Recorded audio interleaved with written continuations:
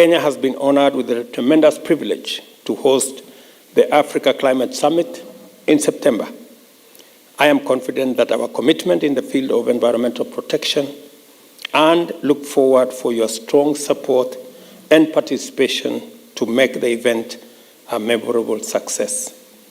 I was honored early today to join the list of world leaders who have planted trees at the Grove of Nations, Jerusalem Forest. That event has given me new meaning for tree planting, that it is not only a good thing to protect our environment. I was pleased to learn this afternoon that it is also biblical and it is also spiritual. Mr. President, I understand here because for the first time, I found that we have to pray before we plant trees. We've always tried to plant trees in Kenya, and our success has been mixed. I think because we didn't have the element of prayer.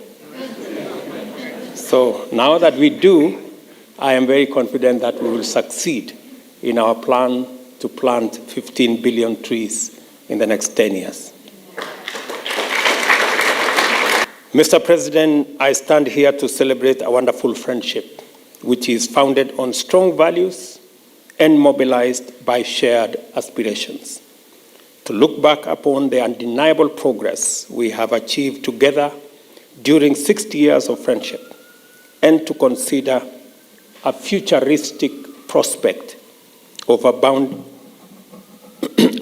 with the promise of abundant, unbounded possibilities and potential for shared prosperity, all ours for the taking.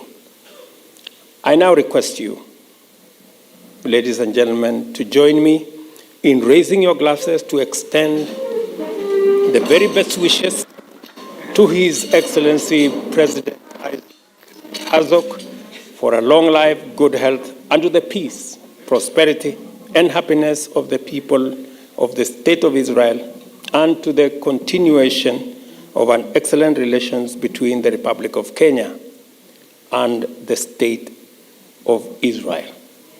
Abundant blessings. Cheers. Cheers.